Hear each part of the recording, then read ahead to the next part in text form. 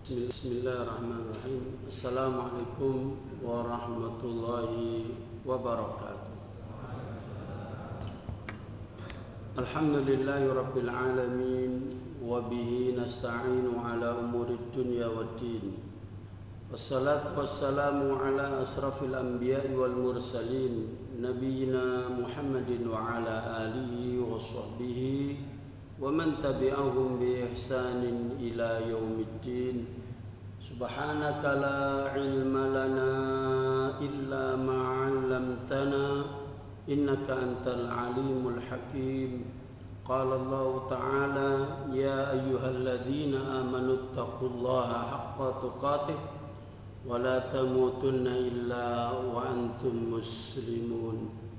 Wa qala Rasulullah sallallahu alaihi wasallam fa inna asdaqal hadithi kitabullah wa khairal hadi hadyu Muhammadin sallallahu alaihi wasallam wa syarrul umuri muhdatsatuha fa inna kulla muhdatsatin bid'ah wa kulla bid'atin dhalalah wa kulla dhalalatin finnar.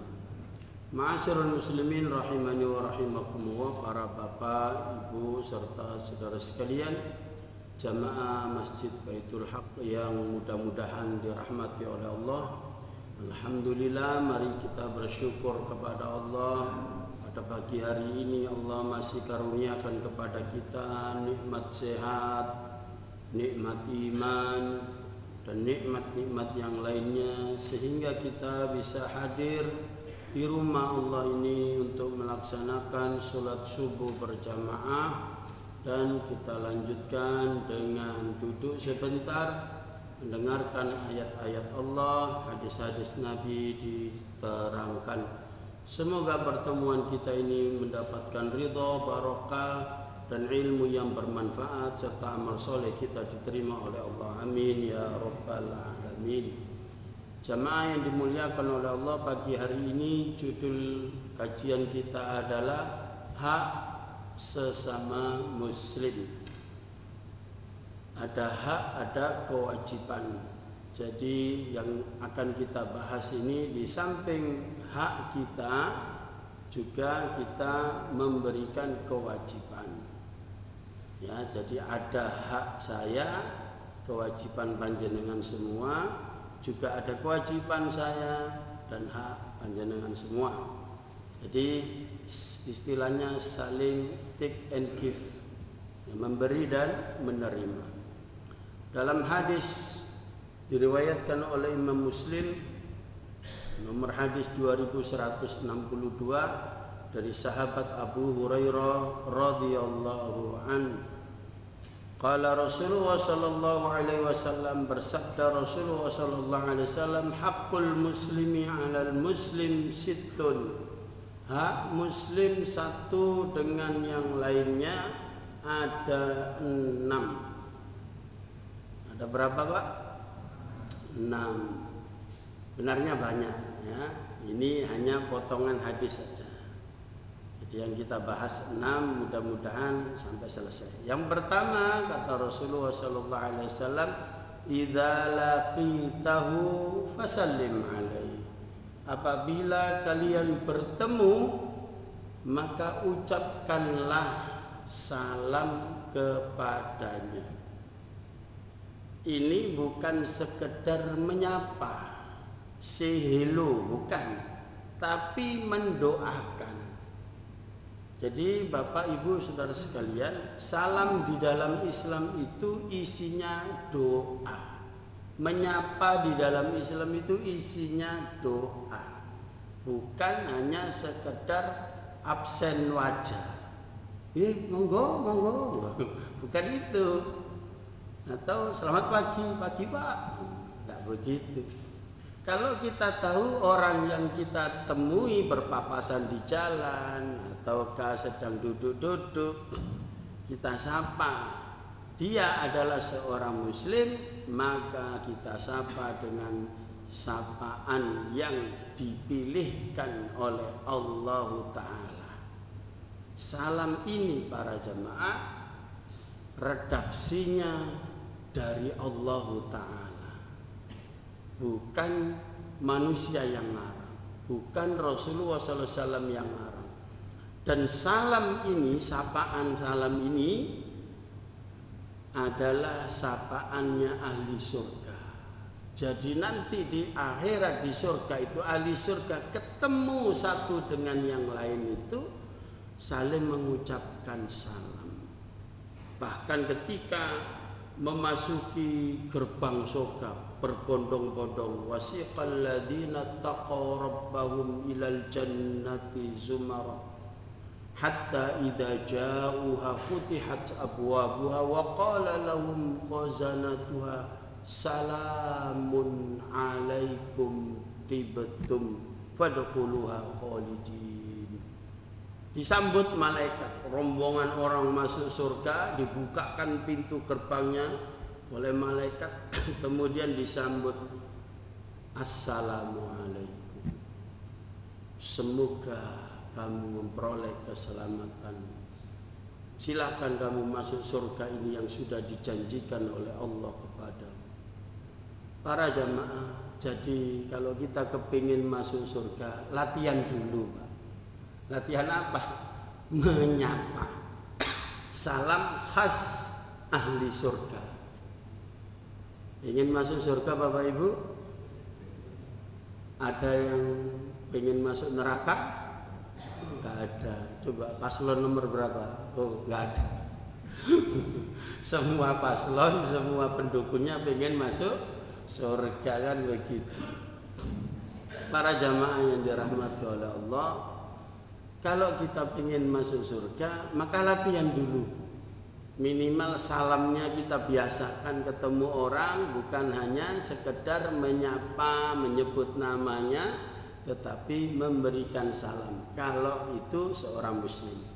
Karena memang Bapak Ibu, salam ini khusus untuk orang Islam. Enggak boleh orang di luar Islam kita sampaikan salam seperti ini. Ini khas, ya khas. Artinya assalamualaikum, semoga Allah menyelamatkan kamu. Kalau kita mendoakan orang seperti itu, sama artinya mendoakan diri kita sendiri. Cara Jawa ini bandul. Daripada kita berdoa untuk diri kita sendiri, ya Allah selamatkan saya. Nah, kita doain orang lain dapat, kita dapat, begitu double. Apalagi yang diberi salam itu banyak orang. Nah, begitu. Seperti tadi saya di awal menyampaikan, pembukaan salam, jenengan mengembalikan salam itu, saling mendoakan. Masya Allah, indah sekali Islam. Dan para jamaah, salam itu bukan sekedar ucapan saja, tapi garansi. Jadi ketika saya mengucapkan salam kepada panjenengan semua, itu berarti saya dengan kata lain mengatakan, saya ini jaminan bagi kamu tidak mengganggu, tidak bikin celaka, baik dengan lisan maupun perbuatan saya. Begitu esensi salam. Bukan bolak-balik assalamualaikum, tapi kalau utang tidak nyaur, kalau di belakang menggibah, ngerasani, memfitnah, mencaci maki dan seterusnya, itu salam palsu.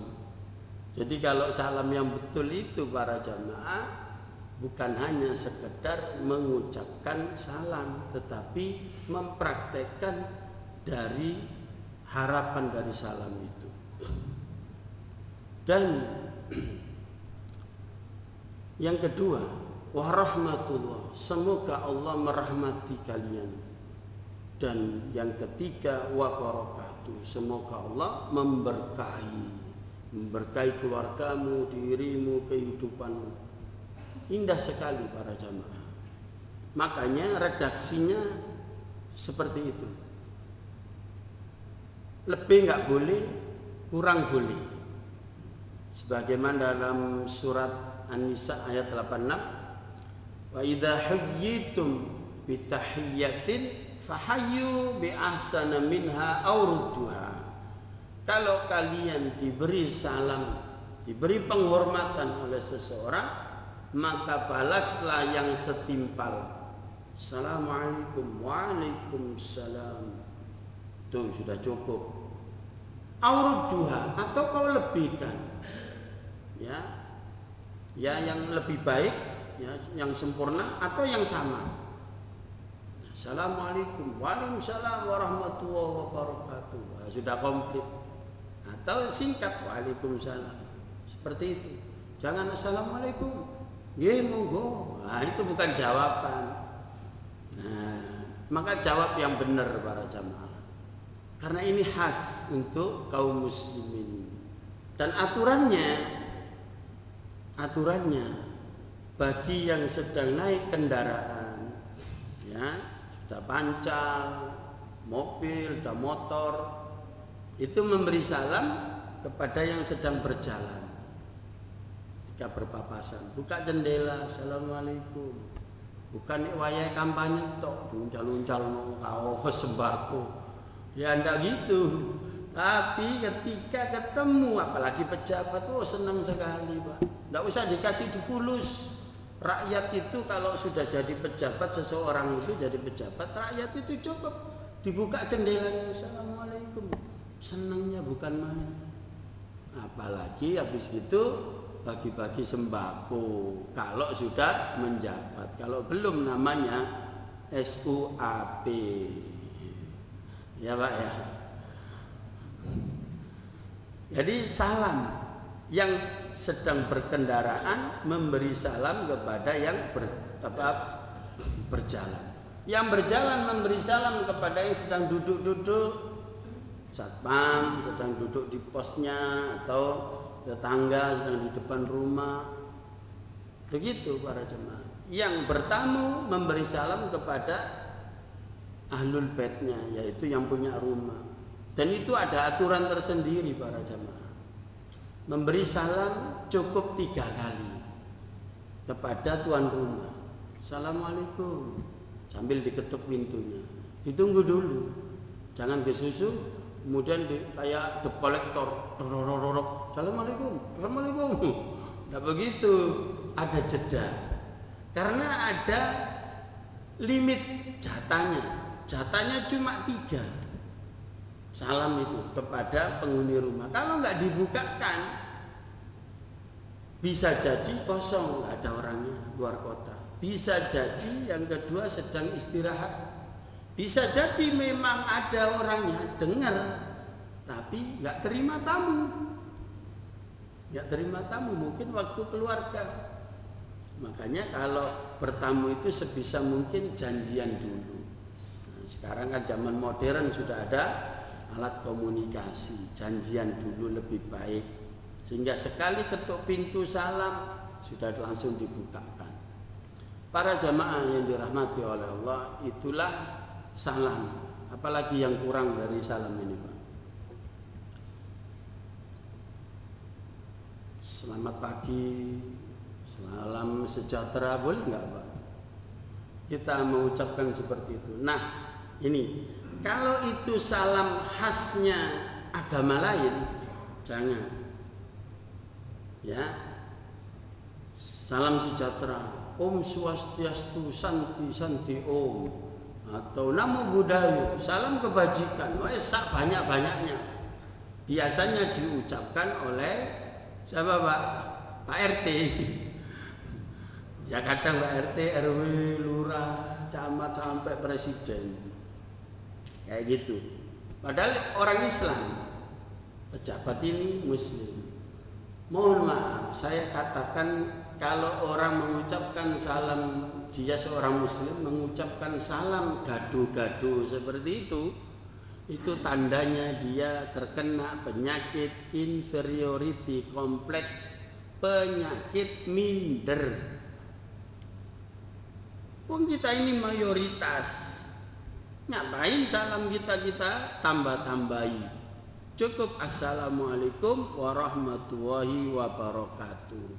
Bagi yang di luar agama Islam atau non muslim, kami sampaikan assalamualaikum manittaba'al huda. Nah, kalau pesantren ngerti, ya, kalau pejabatnya pernah mondok paham.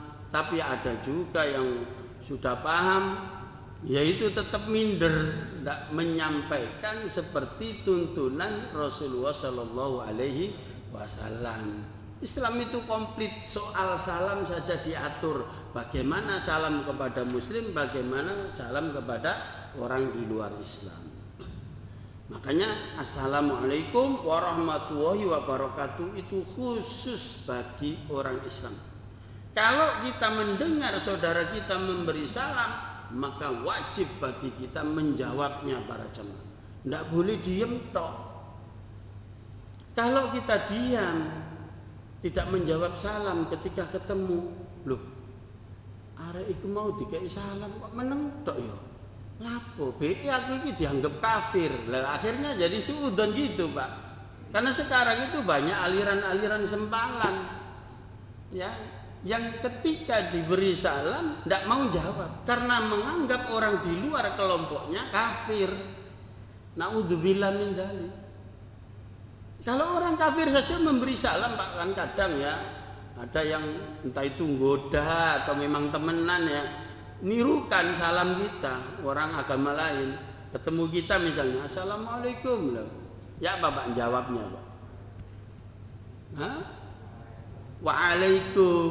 Nah, itu toh.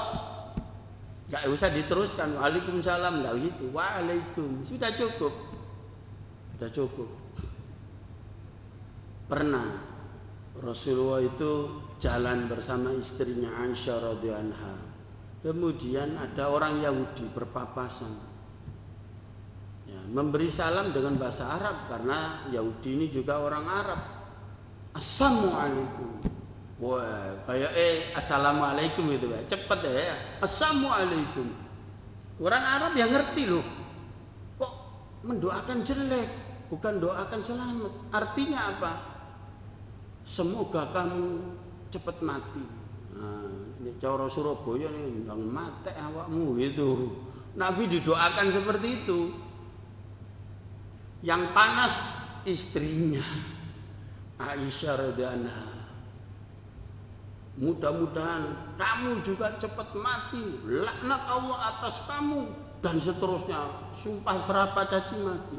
Mahlan ya Aisyah, mahlan ya Aisyah. Ditepuk, dilus-lus punggungnya sama Rasulullah.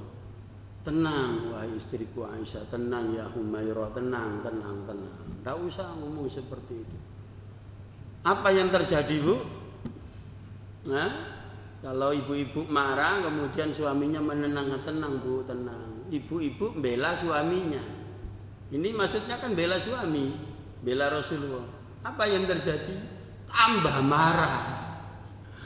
Aisyah tambah marah. Sampai itu gimana sih? Sampai nggak dengar tadi didoakan jelek sama si Yahudi itu. Terus saya belain lah, kok sampai malah nyuruh saya tenang, gimana? Kata Rasulullah, tadi sudah saya jawab. Kamu saja yang emosi jadi nggak dengar. Orang itu Bapak Ibu kalau emosi pendengarannya turun, penglihatannya jadi dekat turun, dan akalnya jadi menurun kecerdasannya. Kalau emosi, ya itu sudah sunatullahnya seperti itu.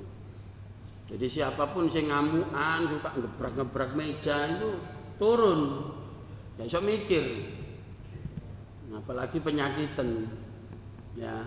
Jadi ini si Aisyah radhiyallahu anha ini digitukan sama Rasulullah. Sudah, tadi sudah saya jawab, kamu saja yang nggak dengar. Apa jawabannya? Waalaikum, gitu tok. Ya, demikian juga atasnya. Wes gitu. Jadi dia doain jelek, ya kan? Doain jelek nih si Yahudi tadi. Mudah-mudahan kamu cepat mati. Waalaikum. Kamu juga. Ya gitu loh maksudnya. Nah, kan sudah beres. Nah, kalau ada orang baik, ya orang di luar kita kemudian memberi salam dengan salam Assalamualaikum, itu kita cukup kita jawab Waalaikum. Nah, begitu para jamaah yang dirahmati oleh Allah tentang hak dan kewajiban. Rasulullah dalam hadis sahih yang lain beliau bersabda, la yadkhulul jannah hatta yu'minu. kamu tidak bisa masuk surga sampai kamu jadi orang beriman, jadi orang Islam yang betul, yang diakui oleh Allah keimanannya. Karena banyak orang berislam hanya formalitas, KTP-nya doang, tulisannya agama titik-titik Islam, tapi tidak tahu sholat, pelit, tidak zakat, tidak puasa Ramadan, terus kepingin masuk surga gitu. Saya khawatir yang masuk surga cuma KTP-nya doang. Lah ya apa sih Islam KTP ini? Orangnya belum tentu. Nah, kata Rasulullah, kamu tidak bisa masuk surga kecuali kamu jadi orang beriman. La yu'minu, kamu tidak sempurna imanmu hatta tahabu, sampai kalian itu saling mencintai satu dengan yang lainnya. Nah, kemudian Rasulullah nanya kepada sahabat, maukah kalian aku tunjukkan satu amalan yang apabila kalian kerjakan saling menumbuhkan cinta dan kasih sayang di antara kalian? Bala ya Rasulullah, tentu saja wahai Rasulullah. Maka Rasulullah mengatakan, afsus salam bainakum, tebarkan salam di antara kalian. Jadi salam ini hebat para jamaah. Jadi biasakan kita memberi salam. Tapi karena ini akhir zaman, ya, kan sering kajian-kajian tentang kiamat akhir zaman, kita didendeni Pak, ditakut-takuti kan begitu, ya. Ya boleh kita sampaikan hadis-hadis tentang ciri-ciri hari kiamat atau akhir zaman ini, tanda kecil, tanda besar. Yang tidak boleh itu memprediksi, menentukan waktunya, ini tahun 2024 akan terjadi begini begitu. Wah, nanti apa bedanya mbak dukun kan gitu. Nah, di antara yang sahih tanda akhir zaman, tanda kecil nih, yaitu orang memberi salam kepada yang lainnya, muslim kepada yang lainnya, kepada sesama muslim, tapi dipilihi, ya, hanya kepada yang kenal saja, ya, hanya kepada yang kenal saja. Itu tanda akhir zaman. Kadang-kadang keluar Jumatan, keluar dari masjid ini, keluar dari masjid sono, ya, ketemu di jalan, sudah tahu pakai pakaian, ya, busana muslim, tapi tidak tegur sapa. Ada apa ini? Kenapa kok kita jadi begini? Karena kita merasa terkotak-kotakkan. Oh, jamaah masjid ini, jamaah masjid sana, ini, kelompok sana. Memang kita ini sudah berbeda. Ya, berbeda. Dari dulu juga berbeda. Sejak zaman Nabi SAW juga berbeda. Para sahabat itu berbeda. Tapi harus bersatu para jamaah.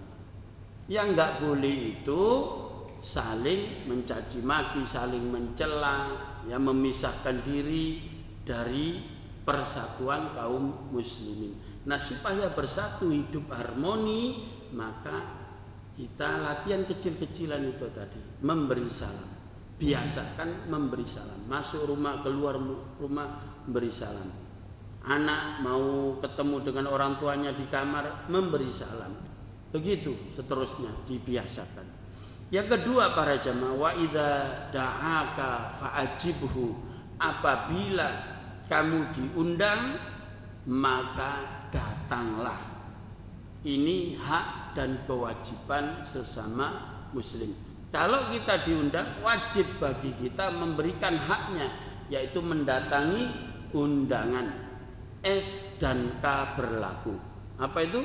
Syarat dan ketentuan berlaku. Syaratnya apa dan ketentuannya? Kalau acara yang diadakan, yang akan didatangi itu sesuai dengan aturan Islam. Kalau di situ ada kemaksiatan, kira-kira kita bisa menghentikan atau merubah, maka wajib kita datang. Kalaupun ada maksiat, tapi kira-kira saya bisa ini menghentikan, nah begitu, atau merubah jadi yang baik. Kalau tidak bisa, maka haram untuk datang karena sudah tahu sebelumnya. Kecuali dalam tanda kutip dijebak. Ya, dijebak. Contohnya para jamaah, pernah saya itu datang di suatu walimatul urus. Nah, ini terutama walimatul urus, Pak. Walimatul urus itu wajib bagi orang yang sudah menikahkan anggota keluarganya.